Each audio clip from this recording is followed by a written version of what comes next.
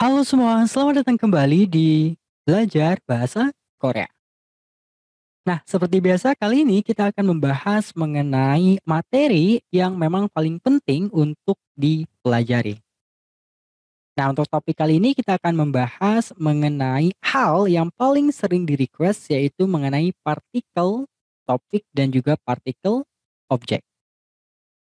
Nah, bagi teman-teman yang masih bingung mengenai partikel topik dan partikel objek, nah jangan khawatir karena di sini kita akan bahas mengenai penggunaan partikel en, nen, rel atau disebut juga dengan partikel topik dan partikel objek. Nah, sebelum kita membahas mengenai materi utama, yang pertama di sini kita bahas dulu mengenai complex sentence structure atau struktur kalimat yang rumit. Nah, kenapa kita harus melihat ini dulu? Karena di sini ada contoh penggunaan dari partikel topik dan partikel objek. Nah, seperti contoh ada di kalimat 저는 요즘 집에서 한국어를 열심히 공부합니다. Saya belajar bahasa Korea di rumah dengan keras akhir-akhir ini atau baru-baru ini. Nah, bisa dilihat chonen itu ada partikel nen merupakan partikel topik. Artinya, cho atau saya merupakan topik pembicaraan di dalam kalimat ini. Selanjutnya, 한국어를 merupakan objek di dalam kalimat ini. Nah, jadi untuk menandakan mana objek dan mana topik, disitulah partikel topik dan partikel objek digunakan. Nah, biasanya untuk partikel topik itu bisa kita gunakan untuk menjawab atau mungkin mencari jawaban dari pertanyaan nugu, yaitu siapa, dan untuk partikel objek biasanya digunakan untuk menjawab pertanyaan dari mo atau apa. Nah, sebenarnya ada satu partikel yang lain yaitu partikel subject, yaitu menjawab pertanyaan who. Akan tapi di sini kita akan fokus ke partikel topik dan juga partikel objek saja. Oke, untuk yang pertama dikarenakan di sini kita sudah melihat contoh ya dari partikel-partikel yang akan kita bahas, maka selanjutnya di sini kita akan langsung fokus membahas kedua partikel tersebut. Yang pertama kita mulai dari partikel en dan nen. Sebuah partikel topik memberitahu seseorang apa yang sedang dibicarakan. Nah, jadi ketika teman-teman melakukan perbincangan dan ingin memberitahu atau menekankan topik pembicaraan, maka disinilah kita bisa menggunakan partikel topik. Nah, kenapa? Karena setiap kata benda yang diikuti en atau nen menekankan bahwa kata benda tersebut merupakan topik dari sebuah percakapan atau perbincangan. Nah, untuk en atau nen sendiri memiliki fungsinya sama, yaitu untuk menekankan topik pembicaraan. Nah, kan tapi perbedaannya terletak dalam penggunaannya. Yang pertama, kita mulai dari penggunaan en terlebih dahulu. En bisa digunakan ketika akhiran huruf dari kata benda merupakan huruf konsonan atau huruf mati. Nah, seperti nien, kiok, kiet, miem, dan hiep. Dan konsonan-konsonan yang lainnya. Seperti contoh, di sini saya ada kata notebook. Notebook di sini berakhiran dengan kiok. Nah, dikarenakan di sini ada huruf konsonan, maka teman-teman tambahkan dengan en. Maka nanti menjadi notebook. Notebook di sini nanti dia sebagai topik pembicaraan. Selanjutnya ada kimbap. Kimbap berakhiran dengan biep, yaitu huruf konsonan, maka di sini kita tambahkan en lagi. Nah, jadi kimbap menjadi kimbapun. Artinya di sini kimbap sebagai topik pembicaraan. Nah, selanjutnya kita lihat contoh kalimat. Yang pertama, 그 가방은 비싸요. Tas itu mahal. Saya nggak tahu tas yang lain, akan tapi tas itu mahal. Nah, jadi kabang di sini dia sebagai topik pembicaraan. Selanjutnya ada 선생님은 너무 착해요. Nah, di sini 선생님 atau guru to menjadi topik pembicaraan juga. Ya, 선생님은 착해요 berarti nanti guru sangat baik. Selanjutnya yang terakhir, ke 사람은 학생이에요. Orang itu seorang pelajar. Saya nggak tahu orang lain, tapi orang itu seorang pelajar. Nah, di sini ada ke saram atau orang itu sebagai topik pembicaraan. Selanjutnya, yang kedua, di sini kita akan bahas mengenai partikel nen. Beda dengan yang tadi, untuk yang nen bisa digunakan ketika akhiran huruf dari kata benda merupakan huruf vokal atau huruf hidup. Seperti A, O, Yo, E, dan lain sebagainya. Nah, untuk contoh penggunaannya, cho berakhiran dengan O, nah dikarenakan dia huruf vokal, maka kita tambahkan dengan nen, ya menjadi cho nen. Artinya, cho atau saya menjadi topik pembicaraan. Selanjutnya ada sakwa berakhiran dengan A, teman-teman tambahkan nen menjadi sakwanen.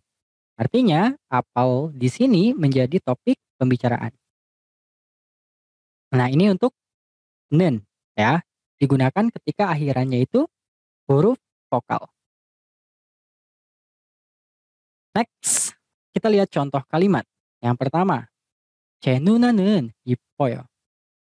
Nah, kakak saya cantik. Saya nggak tahu ya dengan orang lain akan tapi kakak saya cantik. Selanjutnya, 이 우유는 맛있어요. Susu ini enak. Saya nggak tahu dengan susu lain akan tapi susu ini enak. Maka susu di sini dia sebagai topik pembicaraan. Yang terakhir ada 그 여자는 착한 사람이에요.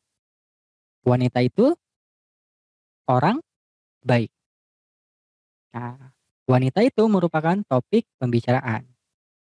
Nah, ingat untuk menekankan topik pembicaraan, teman-teman bisa menggunakan en ataupun nen. Tinggal disesuaikan dengan akhiran kata apakah dia konsonan ataupun vokal. Nah, selanjutnya kita pindah ke partikel objek. Ada el dan rel.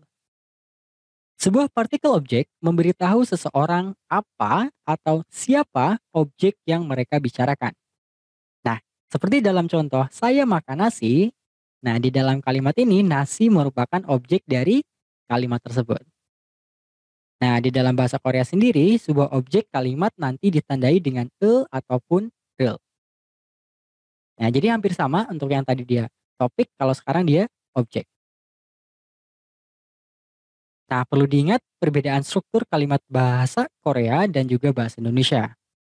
Nah, di bahasa Indonesia, otomatis kita memiliki struktur kalimat subjek, predikat, objek, atau di sini kita letakkan objek setelah predikat. Beda dengan bahasa Korea.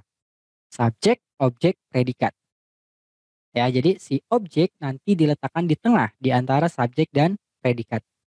Ya, intinya si objek nanti diletakkan setelah subjek sebelum predikat. Contoh, saya makan nasi. Nah, di situ struktur bahasa Indonesia. Kalau bahasa Koreanya berarti saya nasi makan. Nah, berarti si objek terletak di tengah. Selanjutnya, kita ke penggunaannya. El atau rel memiliki fungsi yang sama. Ya, perbedaannya terletak di dalam penggunaan. Sama seperti yang tadi. El bisa digunakan ketika akhiran dari kata benda merupakan huruf konsonan atau huruf mati seperti nyun, hyuk, hyut, mium, dan biep, ataupun konsonan lainnya. Seperti contoh, coal berakhiran dengan real, maka kita tambahkan el ya menjadi coral. Nah, berarti goal di sini dia sebagai objek. Selanjutnya, came di sini berakhiran dengan mium yaitu huruf konsonan, maka kita tambahkan el menjadi came.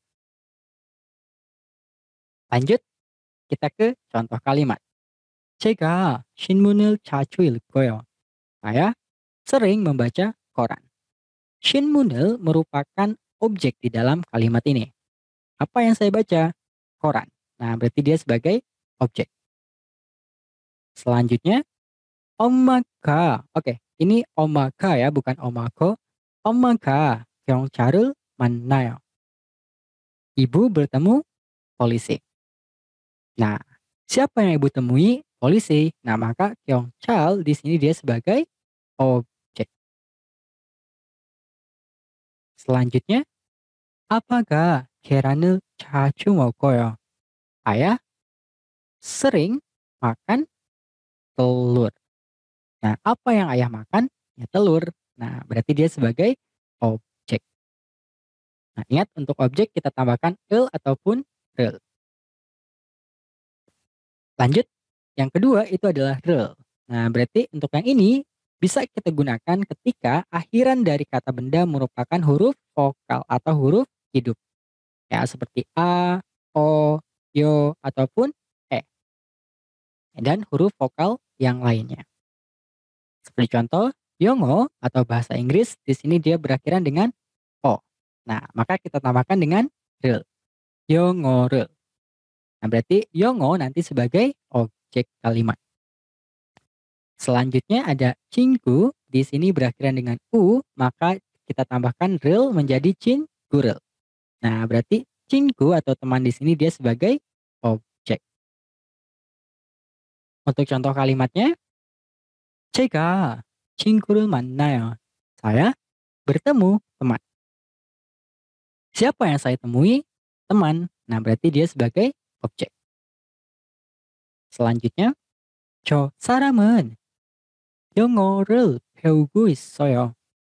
Orang itu sedang belajar bahasa Korea atau sedang mempelajari bahasa Inggris. Sorry ya. 영어 merupakan bahasa Inggris. Jadi, 저 사람은 영어를 배우고 있어요. Nah, orang itu ya sedang mempelajari bahasa Inggris. Apa yang orang itu pelajari? Bahasa Inggris. Nah, berarti bahasa Inggris merupakan objek. Selanjutnya, 누나는 영화를 집에서 보고 있어요. Nah, berarti di sini kakak ya sedang menonton film di rumah. Apa yang kakak tonton? Ya, film. Nah, berarti Yonghwa di sini dia sebagai objek kalimat. Nah, kurang lebih seperti itu untuk penggunaan partikel enen, objek, dan juga rel, sorry, enen, topik, dan juga rel, objek. Nah, bagi teman-teman yang memiliki pertanyaan mengenai kedua partikel ini bisa langsung dituliskan di kolom komentar. Dan apabila yang ingin membuat sebuah contoh kalimat, silakan nanti teman-teman bisa tuliskan di kolom komentar juga. Nah, sekian dari saya. Semoga materi ini bisa bermanfaat dan jangan lupa untuk melakukan latihan seenggaknya dilakukan 1 kali sehari. Ya, kalau sibuk berarti ya 1 kali, 2 kali seminggu lah. Ya, 2 kali seminggu. Intinya teman-teman harus latihan ya supaya materinya tidak lupa. Nah, mungkin cukup sekian dari saya. Terima kasih dan jangan lupa untuk like, subscribe, and share.